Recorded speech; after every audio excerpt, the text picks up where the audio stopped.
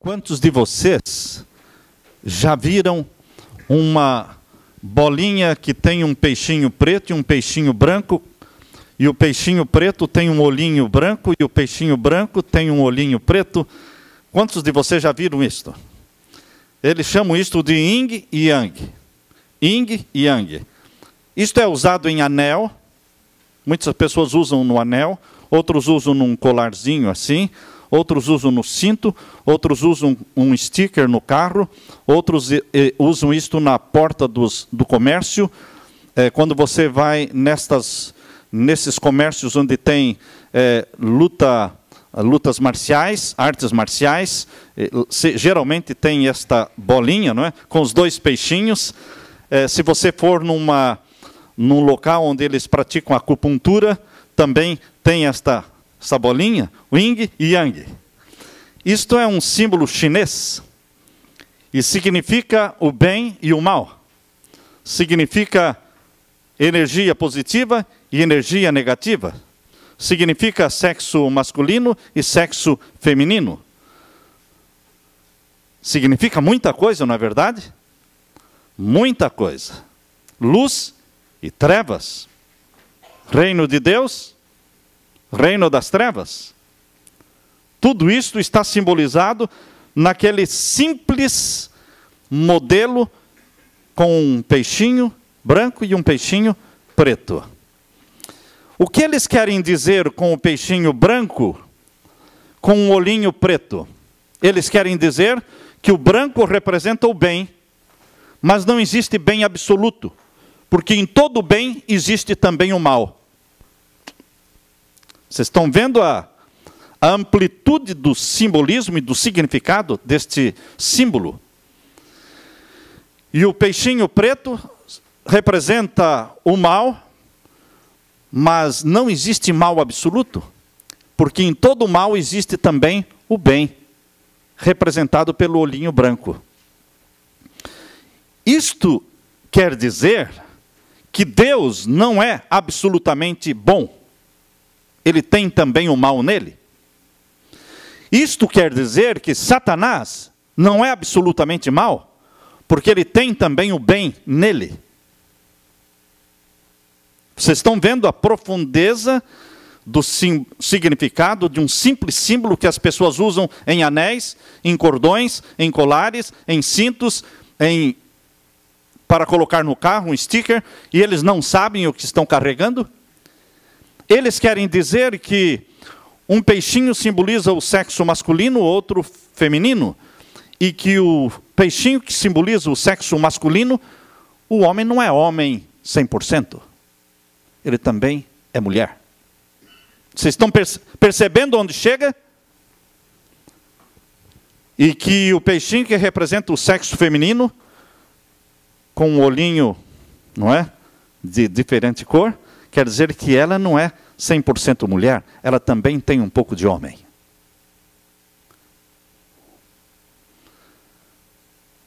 Nesta filosofia, a pessoa perfeita é aquela que é homem e mulher ao mesmo tempo. Estão percebendo onde nós estamos indo? Nesta filosofia, o bem e o mal são eternos. O poder positivo e o poder negativo são eternos. Nesta filosofia chinesa, queridos, o bem-estar depende do equilíbrio entre as duas forças. Você acredita nisso? Que o bem-estar do ser humano, a felicidade do ser humano, depende do equilíbrio entre as forças do bem e as forças do mal dentro dele? Dentro de você? Se você conseguir equilibrar as forças do bem e as forças do mal que estão dentro de você, você será feliz? Você viverá bem? É assim que a Bíblia, a palavra de Deus, ensina? No universo, no cosmos, eles dizem que existem as duas forças eternas. Que o bem e o mal são eternos no passado, e o bem e o mal são eternos no futuro. Eles ensinam que nunca houve um tempo em que o bem e o mal não existissem juntos, e nunca existirá um tempo no futuro em que o bem e o mal não existam juntos. Isto, querido amigo, meu irmão, é exatamente o que Satanás quer que você acredite, que ele é eterno. E que a força dele é tal qual a força de Deus. Por isso os dois podem e devem ser adorados como deuses, porque são eternos. Os dois peixinhos são do mesmo tamanho. E que ele, Satanás, não é todo mal. E que Jesus não é todo bem. É exatamente o que Satanás está tentando colocar na mente das pessoas. Mas quando você começa a ler a Bíblia, você descobre que o mal não é eterno. Abra sua Bíblia agora, em Ezequiel capítulo 28. Eu louvo a Deus porque existe a Bíblia.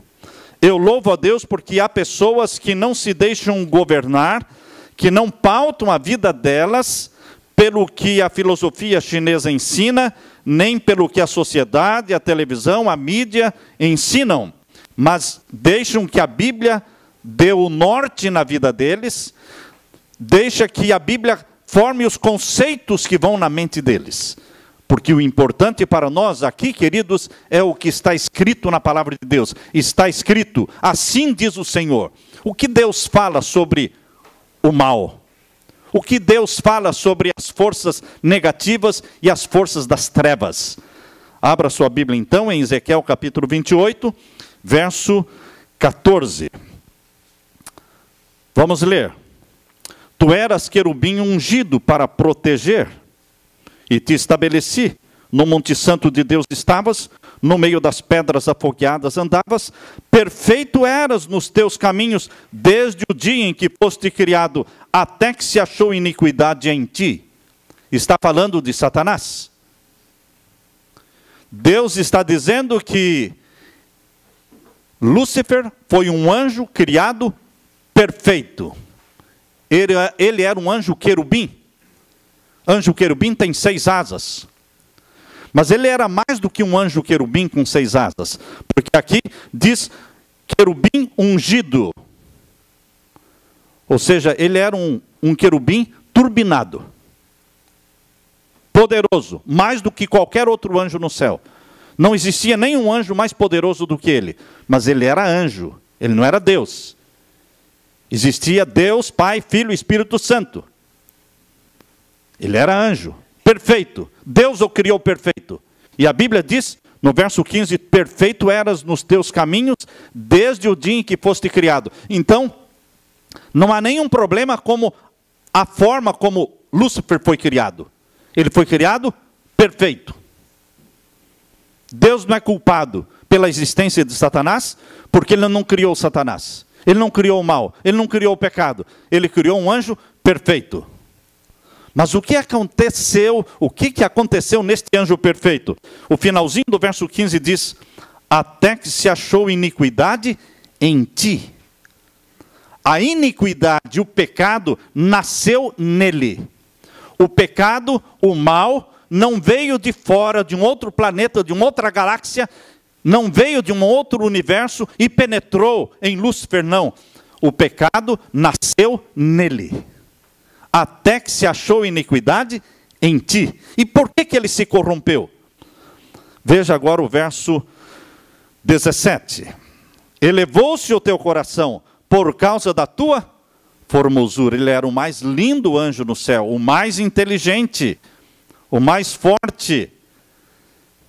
Ele vivia na presença do Pai, Filho e Espírito Santo, anjo querubim, na presença. Elevou-se o teu coração por causa da tua formosura, corrompeste a tua sabedoria por causa do teu resplendor. A Bíblia dá a causa.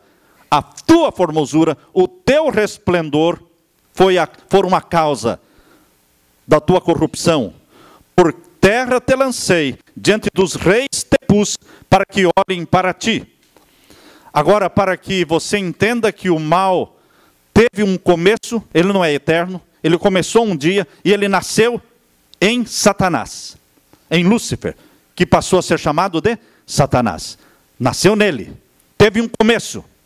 Deus não tem começo e nem fim, Deus é eterno. O bem não tem começo e nem fim, o bem é eterno. Esta é a diferença. Já caiu por terra o simbolismo do yin e yang. Já caiu por terra. Porque o bem-estar e a felicidade do ser humano não é o equilíbrio entre Jesus e Satanás, entre o rei da luz e o rei das trevas. O equilíbrio e o bem-estar da sociedade não depende da eternidade do mal, porque o mal não é eterno. O mal começou um dia, e começou em quem? Em Lúcifer. Ele se corrompeu, usando o livre-arbítrio, a liberdade de escolha que Deus dá a todas as criaturas de uma forma errada. Você pode escolher usar a sua liberdade de forma errada. Deus dá liberdade de escolha ainda hoje para as suas criaturas. E você pode escolher não amá-lo. Você pode escolher não servi-lo. Você pode escolher não obedecê-lo. Deus dá a liberdade de escolha e respeita a liberdade de escolha. Deus propõe: eis que eu vos proponho vida e morte, bênção e maldição. Escolhe, pois, a vida para que vivas tu e a tua família. Mas muitos escolhem o quê? Maldição. Muitos escolhem a morte. Deus diz assim: o lago de fogo e enxofre preparado para o diabo e os seus anjos. Porém, muitos seres humanos querem pular para dentro do lago de fogo e enxofre, preparado para o diabo e os seus anjos. Mas Deus não preparou o lago de fogo e enxofre para os filhos dos homens, e sim para o diabo e os seus anjos. Mas a pessoa tem liberdade de escolha para estar onde ela quiser. Para estar dentro da Nova Jerusalém, ou para estar fora da Nova Jerusalém, no lago de fogo e enxofre, conforme nós já estudamos em Apocalipse capítulo 20, capítulo 21. Queridos, veja como vai acabar o mal. Veja como vai acabar a Satanás. O fim de Satanás. O capítulo mesmo 28 e o verso 18. Presta atenção no verso 18. Vamos ler. Ezequiel 28, verso 18. Pela multidão das tuas iniquidades, pela injustiça do teu comércio, profanaste os teus santuários. Eu, pois, Deus falando, eu, pois, fiz sair do meio de ti um fogo que te consumiu a ti, e te tornei em cinzas sobre a terra aos olhos de todos os que te veem. O mal é eterno? Nem no passado e nem no futuro. Por quê? Deus fará sair um fogo de dentro de Satanás, que o consumirá e o fará cinzas. Pense nisso. Satanás será destruído e terá um fim por um fogo que vai sair de onde? De dentro dele, e o fará em cinzas. Graças a Deus, o mal deixará de existir. Por isso, famílias desfeitas deixarão de existir, porque quando o mal deixar de existir, não existirá mais divórcio. Quando o mal deixar de existir, não haverá mais morte, não haverá mais iniquidade. Tudo será paz, alegria, felicidade. E o mal vai acabar. O mal não é eterno. Abra sua Bíblia agora, queridos, no capítulo 12 de Apocalipse. Apocalipse capítulo 12 fala de uma grande guerra que começou no céu e que ela foi transferida para o planeta Terra.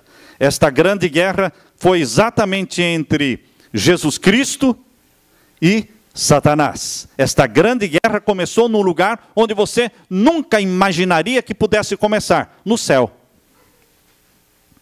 Assim como um traidor existia no meio dos discípulos de Jesus, você poderia imaginar que entre os 12 discípulos existia um ladrão, que enquanto todo mundo estava trabalhando para salvar almas, expulsando demônios, curando as pessoas, existia um cara ali no meio deles, roubando, aprontando. Ele escolheu, Judas escolheu ser ladrão. Agora, queridos, você poderia imaginar que lá no céu perfeito, alguém ia escolher ser um rebelde, se rebelar contra Deus, Pai, Filho e Espírito Santo? Isso aconteceu. E ele criou uma guerra no céu. Vejam agora em Apocalipse capítulo 12. Vamos ler a partir do verso 3. Capítulo 12 de Apocalipse, verso 3. E viu-se outro sinal no céu. E eis que era um grande dragão vermelho. Satanás aqui é representado por um grande dragão vermelho. Dragão vermelho é uma serpente com asas. Um símbolo de Satanás é a serpente alada. Serpente alada é serpente com asas. Que no passado, lá no Jardim do Éden, a serpente tinha asas. Ela voava. Era uma das mais lindas criaturas feitas por Deus, a serpente. Por isso Satanás usou uma serpente como médium espírita. A primeira médium espírita foi a serpente. Porque não era a serpente que estava falando, era quem? Satanás falando através da boca da serpente. Porque serpente não falou no passado, serpente não fala hoje e serpente nunca vai falar. Serpente não fala. Mas estava saindo uma voz pela boca da serpente. Não era ela, era o próprio Satanás. Médium. Você já ouviu essa palavra médium? Há pessoas que pensam que mediunidade é dom. Chegam para você e dizem, você tem o dom da mediunidade. Você diga assim, eu não tenho o dom da mediunidade e a conversa acabou aqui. Tchau. Tchau. Não se conversa com o diabo. Não se dialoga com Satanás. Não fique batendo papo com Satanás. Jesus não fazia isso. Satanás é que inventou a história de mediunidade. Mediunidade é quando ele fala através de alguém. Satanás. Mas, queridos, aqui a Bíblia diz que esse dragão vermelho, que tinha 7 cabeças e 10 chifres, e sobre as suas cabeças 7 diademas, o verso 4, vejam aí. A cauda deste dragão levou após si quantas estrelas do céu? A terça parte das estrelas do céu. Em profecia, estrela é anjo. Abra sua Bíblia agora em Apocalipse 1, verso 20. Apocalipse capítulo 1, verso 20, nós lemos, é no mesmo livro de Apocalipse, capítulo 1 e o verso 20, onde diz que em profecia, estrela é anjo. Percebam que quando vocês estão lendo a Bíblia, e não é profecia, porque na Bíblia tem profecia, tem história, tem evangelhos, tem cartas de Paulo, mas o livro do Apocalipse é profecia. Como no Antigo Testamento, o livro de Daniel é puramente profecia. Então, quando você está estudando especificamente profecia, percebam que ela tem códigos.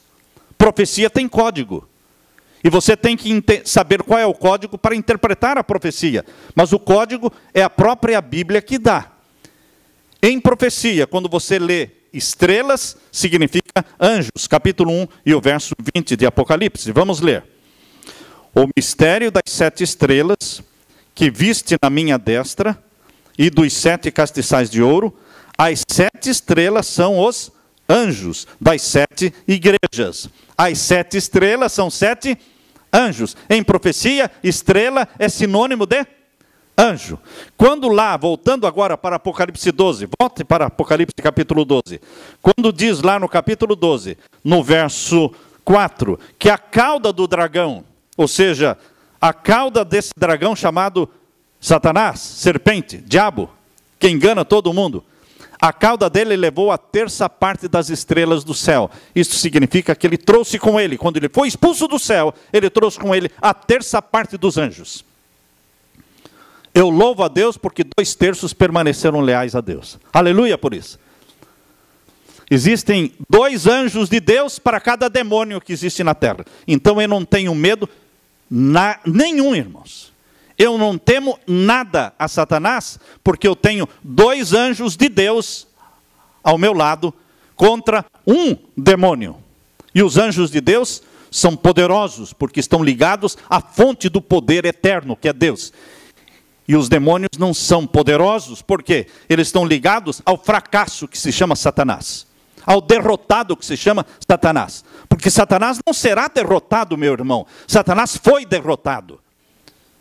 A vitória de Jesus não está pendente, ela já foi consolidada. Satanás foi primeiramente expulso do céu, caiu da posição de querubim ungido foi lançado do céu como querubim ungido. E aí ele conseguiu enganar Eva e levou Adão ao pecado e se tornou o príncipe deste mundo. Vocês se lembram que Satanás, quando se tornou o príncipe deste mundo, ele também se tornou o representante da família humana no céu. Depois que Satanás foi expulso do céu, ele voltava ao céu. Ele não poderia voltar ao céu se Adão não tivesse dado a ele este direito. Porque Adão era o representante da família humana. Porém, quando Adão pecou, ele passou para Satanás o direito de ser o representante da família humana nos concílios do céu. De vez em quando Satanás ia para lá. E você pode ver isso em Jó capítulo 1. Abra sua Bíblia em Jó capítulo 1. Jó capítulo 1 mostra um dos concílios celestiais, onde Deus reuniu todos os representantes de todos os mundos do universo. E quando todos os representantes de todos os mundos do universo compareceram diante de Deus, lá foi também quem? Satanás, representando o planeta do qual ele era o príncipe, embaixador. Vejam agora Jó capítulo 1. Jó fica aí ao ladinho de Salmos. Antigo Testamento, ao lado de Salmos, está o livro de Jó. Vamos ler o capítulo 1 e o verso 6.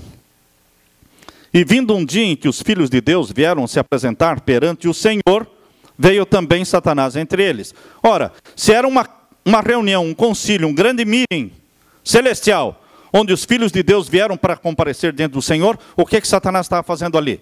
Ele não era filho de Deus, ele era inimigo de Deus. Mas ele veio como representante do planeta Terra. E a Bíblia diz que ele veio como representante do planeta Terra. Diz o verso 7. Vejam só. Leiam comigo o verso 7. Então disse o Senhor a Satanás: de onde vens?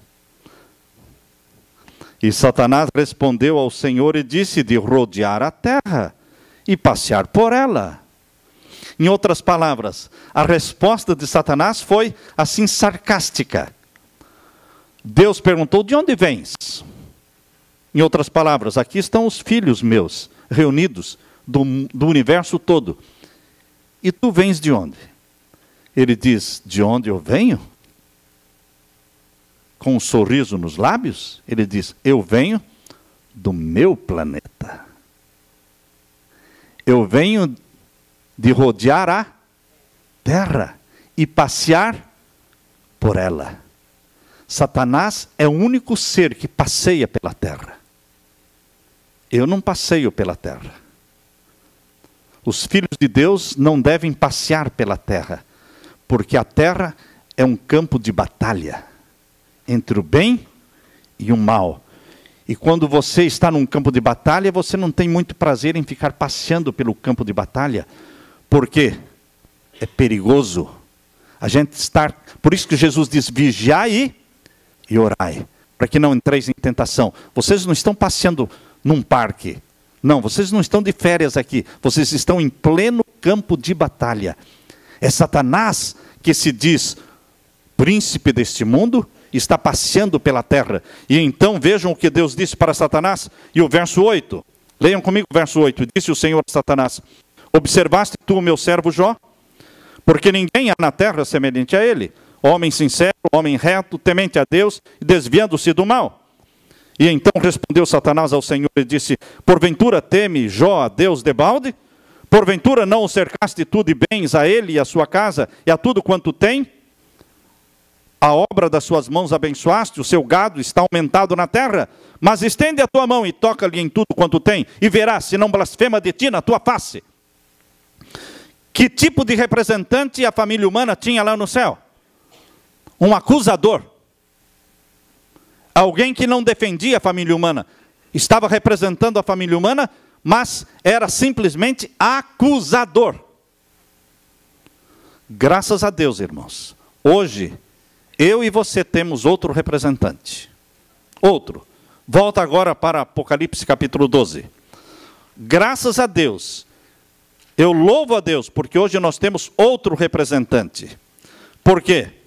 Quando Jesus morreu na cruz, Apocalipse capítulo 12, quando Jesus morreu na cruz, Satanás foi expulso do céu, não como anjo querubim, mas foi expulso do céu como representante da família humana. Nunca mais, jamais, ele voltou ao céu, depois que Jesus morreu na cruz. Porque agora em todos os concílios do céu, quando Deus Pai quer saber da terra, ele pergunta para o representante da terra, que ocupou o lugar do Adão caído. Na Bíblia, Jesus é chamado o segundo Adão. Pelo primeiro Adão entrou o pecado e a morte, pelo segundo Adão entrou o perdão e a vida eterna. Amém, irmãos? Louvado seja Deus, meu irmão, porque nós temos um segundo Adão. O primeiro Adão caiu, mas o segundo Adão não caiu. Morreu pelos nossos pecados, ressuscitou, subiu ao céu e vai voltar. Ele é o winner one, ele é o vencedor em todas as batalhas. Satanás, primeiramente, foi expulso do céu como querubim. Depois ele foi expulso do céu como representante da família humana. Isso aconteceu na cruz do Calvário. Na cruz do Calvário caiu a máscara de Satanás. E os anjos do céu viram-no como assassino. Até ali, os anjos de Deus ainda não tinham entendido bem o caráter de Satanás. Mas ali caiu-lhe a máscara. Capítulo 12, irmãos, de Apocalipse. Vamos ler o verso 7.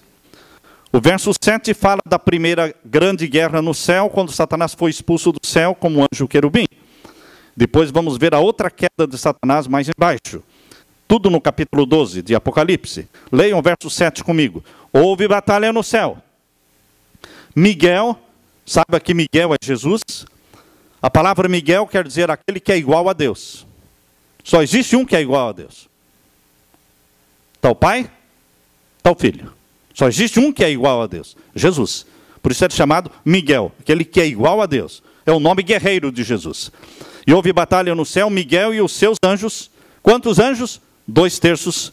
Batalhavam contra o dragão, e batalhava o dragão e os seus anjos. Quantos anjos? 1/3. Mas, verso 8, não prevaleceram, nem mais o seu lugar se achou nos céus.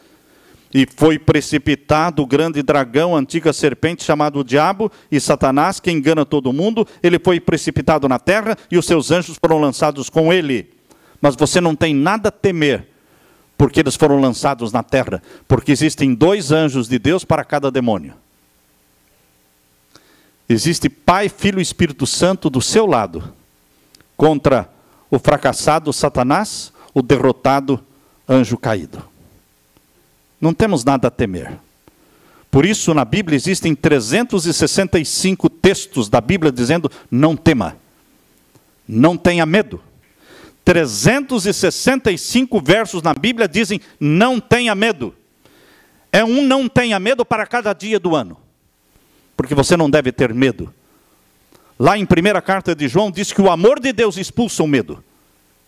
Ou eu amo a Deus, ou eu tenho medo. Se eu tenho medo, eu não amo a Deus. Se eu amo a Deus, eu não tenho medo. Não existem as duas coisas juntas. Porque o amor de Deus expulsa fora o medo. Medo de quê? Da morte. Medo de quê? Da doença. Medo de quê? De ficar pobre. Medo. Deus elimina o medo da sua vida. O amor de Deus preenche todos os vazios da nossa vida. O amor de Deus nos alimenta. O amor de Deus nos sustenta. Queridos, não há temor nos que amam a Deus, porque são possessões do Espírito Santo, são templos do Espírito Santo, são homens e mulheres de Deus andando na terra, e os anjos de Deus com eles. Agora vejam o que aconteceu na cruz, queridos. Capítulo 12, verso 10. Percebam que o verso 7 aconteceu no céu, quando Satanás foi expulso do céu, como anjo querubim. Agora o verso 10 fala de uma outra queda de Satanás. Verso 10, leia comigo. E ouvi uma grande voz no céu, que dizia: agora chegada está a salvação e a força e o reino do nosso Deus e o poder do seu Cristo. Quando é que chegou a salvação? Quando é que a salvação se tornou realidade? Na cruz. Antes da cruz existia a salvação? Sim. como adiantamento. Sabe o que é adiantamento? Quando você recebe o salário antes da hora? Um adiantamento.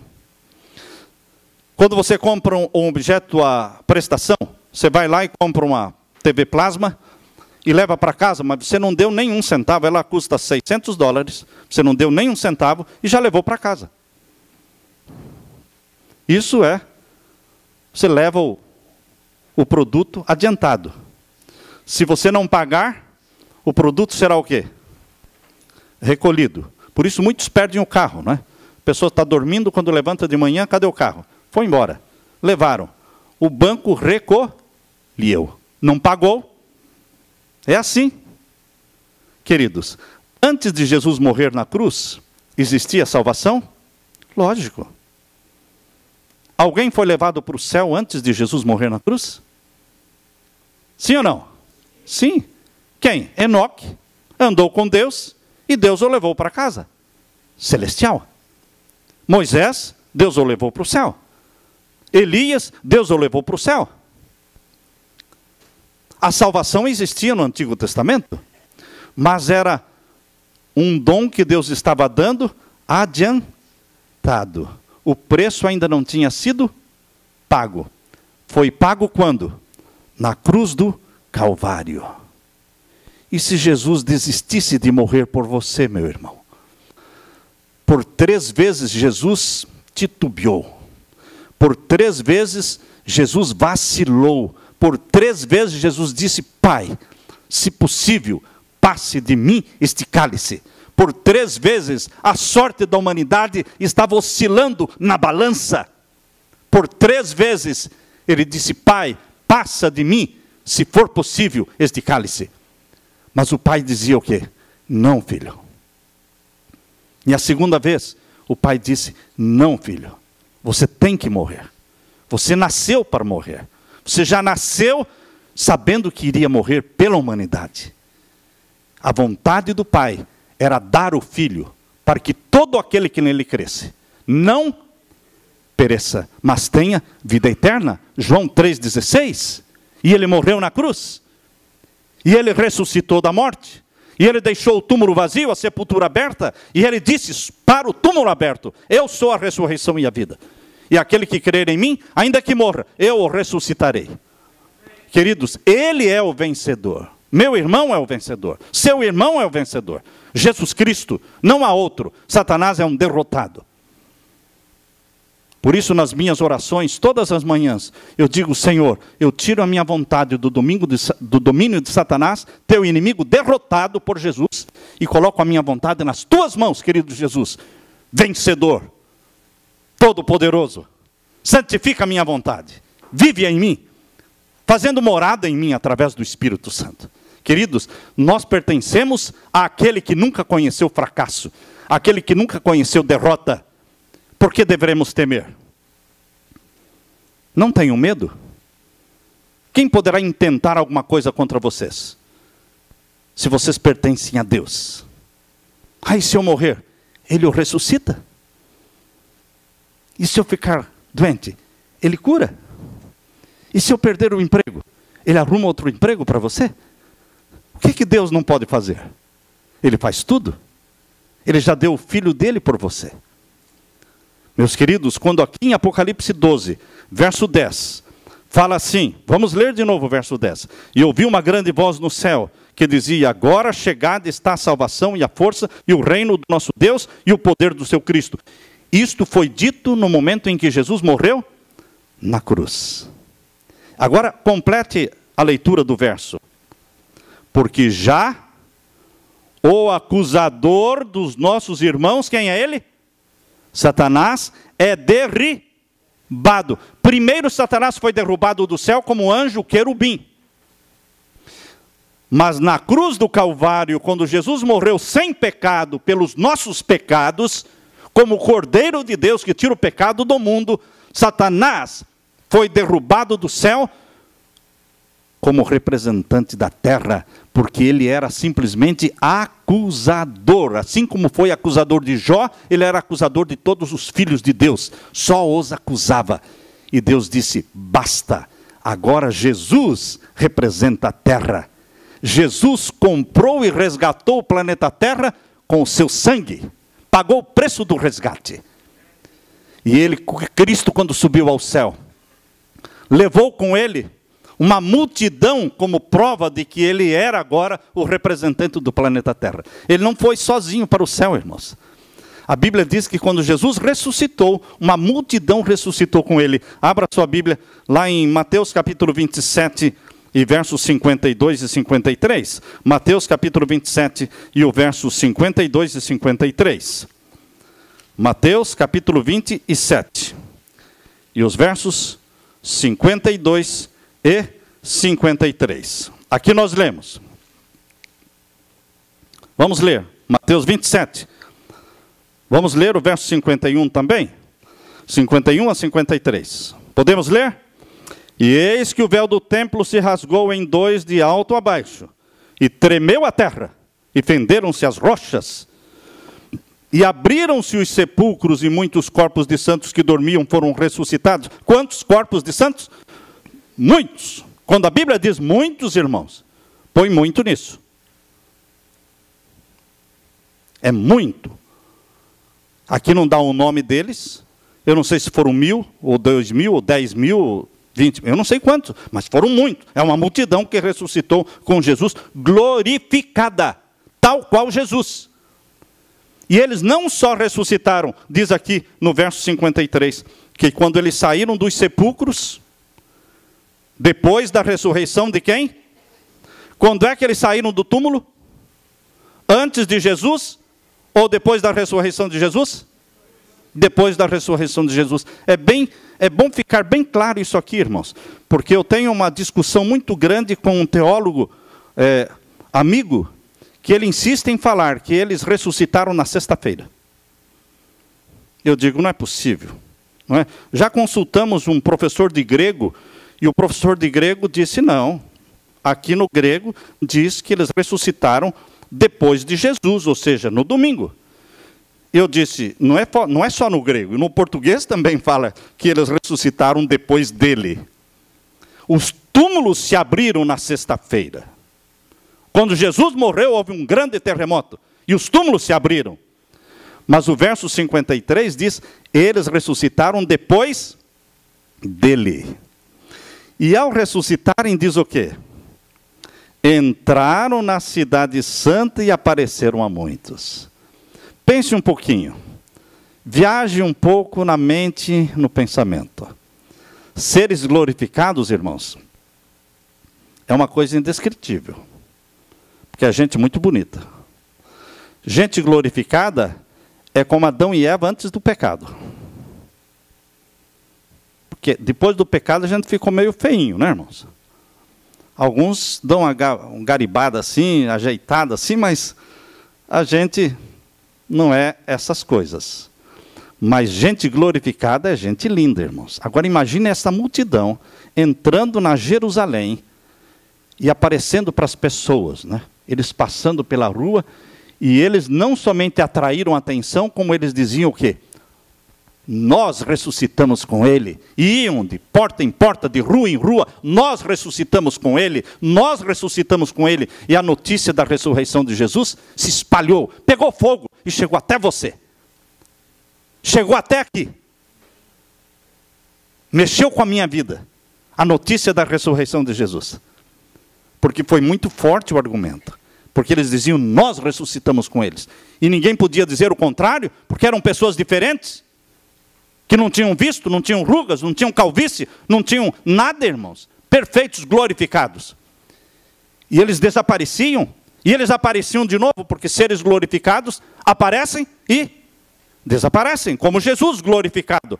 Quando Jesus ressuscitou, ele aparecia e ele desaparecia. Seres humanos glorificados são assim, irmãos.